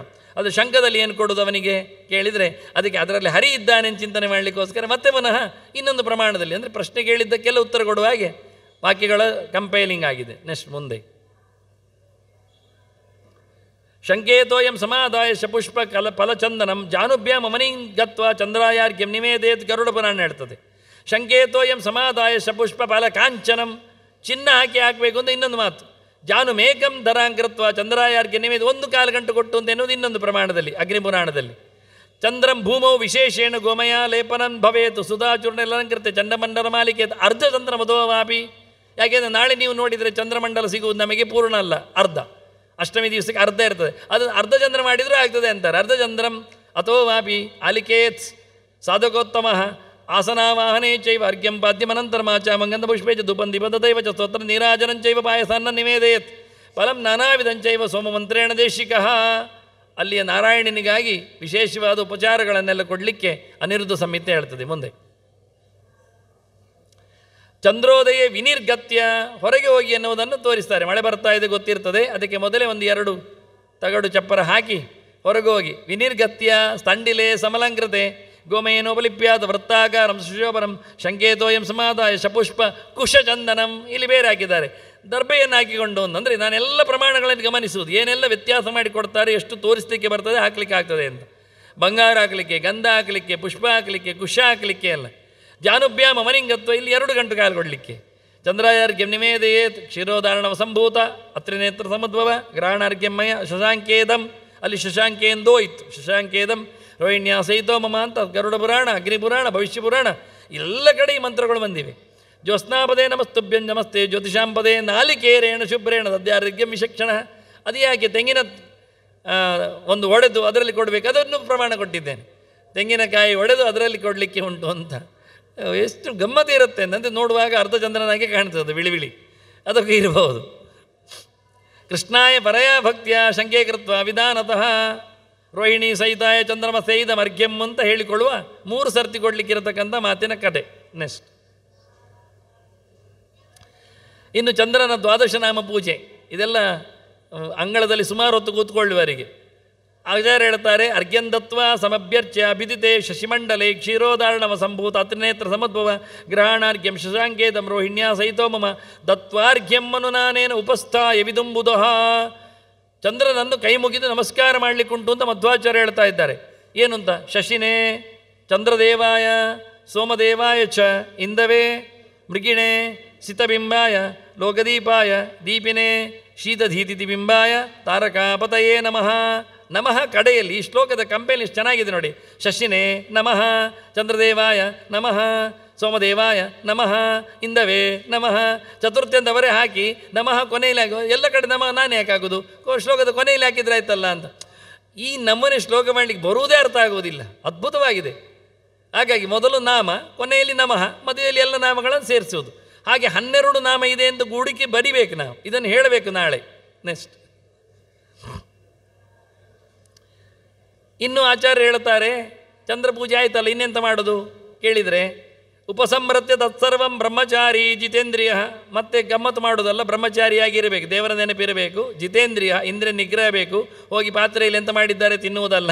ವಿಶ್ವಾಯೇತಿ ಚ ಮಂತ್ರೇಣ ತದ ಸ್ವಾಪಂ ಸಮಾಚರೇತ್. ಮತ್ತು ಗಡ್ದು ನಿದ್ದೆ ಮಾಡಬೇಕಂತ. ಅದ್ಭುತವಾದ ಗೆರೆ, ನನಗೆ ತುಂಬ ಖುಷಿ ಕೊಟ್ಟದ್ದು. ಮಂತ್ರ ಏನು ಕೇಳಿದರೆ, ಇದು 3ನೇ ಮಂತ್ರ. ನಾರಾಯಣ ಆಯಿತು, ವಾಸುದೇವ ಆಯಿತು, ಇದು ಸಂಕರ್ಷಣ ಸ್ವಾಪಂ ಪ್ರಾಪಯತಿ ಅಂತ. ಇಲ್ಲದಿದ್ದರೆ ನಿದ್ದೆ ಮಾಡದಿದ್ದರೆ ಸಂಕರ್ಷಣ ಸಿಗುವುದಿಲ್ಲ ನಮಗೆ. ಒಳಗಿನ ಶಕ್ತಿಯೆಲ್ಲ ಕುಂಡಲಿನಿ ಶಕ್ತಿ ಕುಂಡಡಿಯಲ್ಲಿ ಹೋಗ್ತದೆ ಕೊನೆಗೆ. ಆದ್ದರಿಂದ ಮಂತ್ರ ಹೇಳಿ ಮಲಗಬೇಕು, ನಿದ್ದೆ ಮಾಡಬೇಕು. ವಿಶ್ವಾಯ ವಿಶ್ವಪತೆ ವಿಶ್ವಾನಾಂ ಸಂಭವಾಯ ವಿಶ್ವೇಶ್ವರಾಯ ಕೃಷ್ಣಾಯ ಗೋವಿಂದಾಯ ನಮೋ ನಮಃ.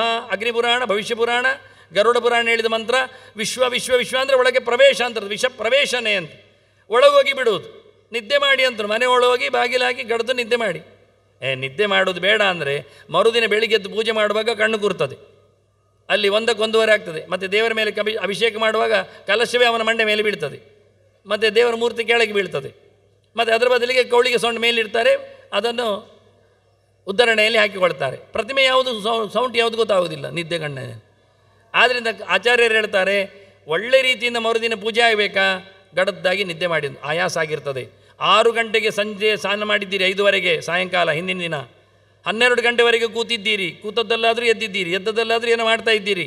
ರೆಸ್ಟ್ಲೆಸ್ ಇರ್ತದೆ, ಆಯಾಸ ಆಗಿರ್ತದೆ, ಉಪವಾಸ ಬೇರೆ. ಆದ್ದರಿಂದ ಮತ್ತೆ ಜಾಗರಣೆ ಅಂತ ಮಾಡಿ ಕೂತ್ರೆ ಭಜನೆ ಕುಣಿತ ಮತ್ತೊಂದು ಎಲ್ಲ ಕುಡಿಯದೆ ಕುಣಿಯುವುದಿಲ್ಲ ಬಿಡಿ, ನಮ್ಗೆ ಗೊತ್ತುಂಟು. ಯಾರು ಉಪವಾಸ ಮಾಡಿದರೂ ಕುಣಿಲಿಕ್ಕೆ ಬರುವುದಿಲ್ಲ, ಅವ್ರಿಗೆ ಗೊತ್ತುಂಟು. ದೇವರಾಣೆಗೂ ಹೇಳ್ತೇನೆ ನಾನು. ಯಾಕೆಂದರೆ ಇವತ್ತು ಅಷ್ಟಮಿ ಮಾತ್ರ ಅಲ್ಲ ಉಪವಾಸ, 2 ದಿನ ನಂತರ ಏಕಾದಶಿ ಉಪವಾಸ ಬರ್ತದೆ. ಮೊನ್ನೆ ಇತ್ತೀಚೆಗೆ ಗ್ರಹಣದ ಬೇರೆ ಉಪವಾಸ ಇರ್ತದೆ. ಅದರಿಂದ ದೇಹದಲ್ಲಿ ಸಾಯುವಂತೆ ಯಾರು ಹೇಳುವುದಿಲ್ಲ.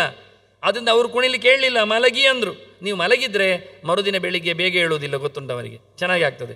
ಇಲ್ಲಾಂದರೆ ಏನಾಗ್ತದೆ ಅಂದರೆ ಕಂಟಿನ್ಯೂ ಈಗ 12 ಕಾಲಕ್ಕೆ ಕೃಷ್ಣಾರ್ಘ್ಯ, ಮತ್ತು ಚಂದ್ರಪೂಜೆ ಆಗುವಾಗ 12, ಮನೆಯ 4 ಜನ ಅರ್ಘ್ಯ ಕೊಟ್ಟರೆ 12:30 ಆಗ್ತದೆ. ಅಂಗಳದಲ್ಲಿ ಮತ್ತೆ ಯಥಾಪ್ರಕಾರ ಪೂಜೆ ಮುಗಿಸುವಾಗ 1 ಗಂಟೆ ಆಗ್ತದೆ.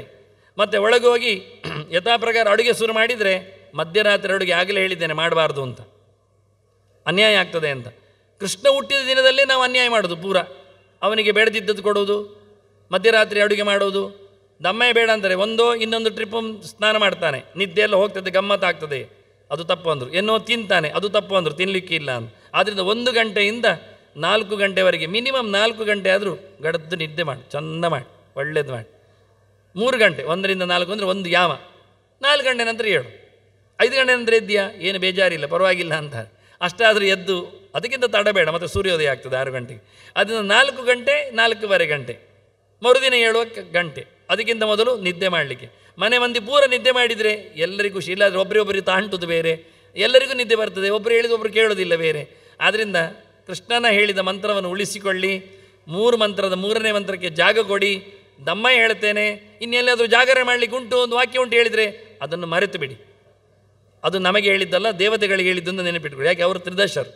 ನಮಗೆ ಎಲ್ಲ ಮಾತುಗಳು ಎಲ್ಲರಿಗೂ ಇರುವುದಲ್ಲ, ಮನುಷ್ಯ ಮಾತ್ರಕ್ಕಲ್ಲ, ದೇವತೆಗಳಿಗೂ ಉಂಟು ಆ ಮಾತುಗಳು. ಅವರೆಲ್ಲ ನಿದ್ದೆ ಎಚ್ಚರದಲ್ಲಿ ಇರ್ತಾರೆ, ಅವ್ರು ನಿದ್ದೆ ಮಾಡೋದಿಲ್ಲ. ಹಾಗಾಗಿ ನಿದ್ದೆ ಮಾಡುವ ಈ ಭೂತಿಗಳಿಗೆಲ್ಲ ನಿದ್ದೆ ಮಾಡಲಿಕ್ಕೆ ಬಿಡಿ. 1 ಮಂತ್ರವನ್ನು ಉಪಯೋಗಿಸಿಕೊಳ್ಳಿಕ್ಕೆ ಬರ್ತದೆ, ದೇವರ ರೂಪಗಳು ಚಿಂತನೆ ಆಗ್ತದೆ.